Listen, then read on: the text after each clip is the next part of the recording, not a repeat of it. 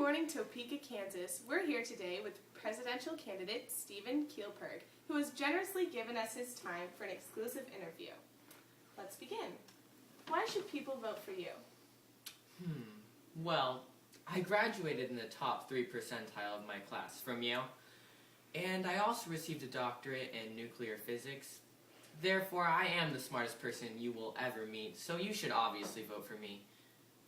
Oh, and I'm very good at Guitar Hero, so that's a little bonus for you. What makes you a better candidate for the position than Robert Johnson? Well, when Mr. Johnson was only 10, don't tell anybody, but he abused his pet cat, little Ralphie. Oh, it was a shame. Oh, and then he also has a son who has Down syndrome, and he didn't even get accepted into Stanford. I mean, seriously? And then he had to drop out of high school. Oh, and then again, last year, he didn't even buy Girl Scout cookies. I mean, everyone does that.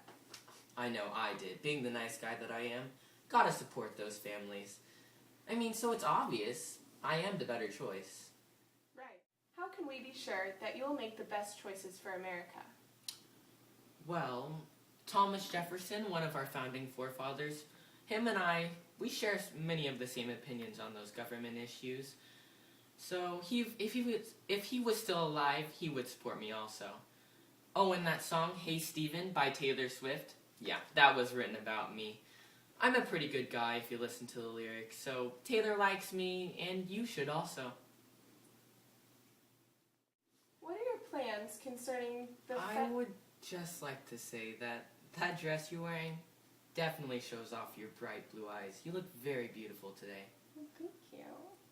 When you were governor of North Dakota, you reportedly led the state into a $3.4 billion deficit. What went wrong?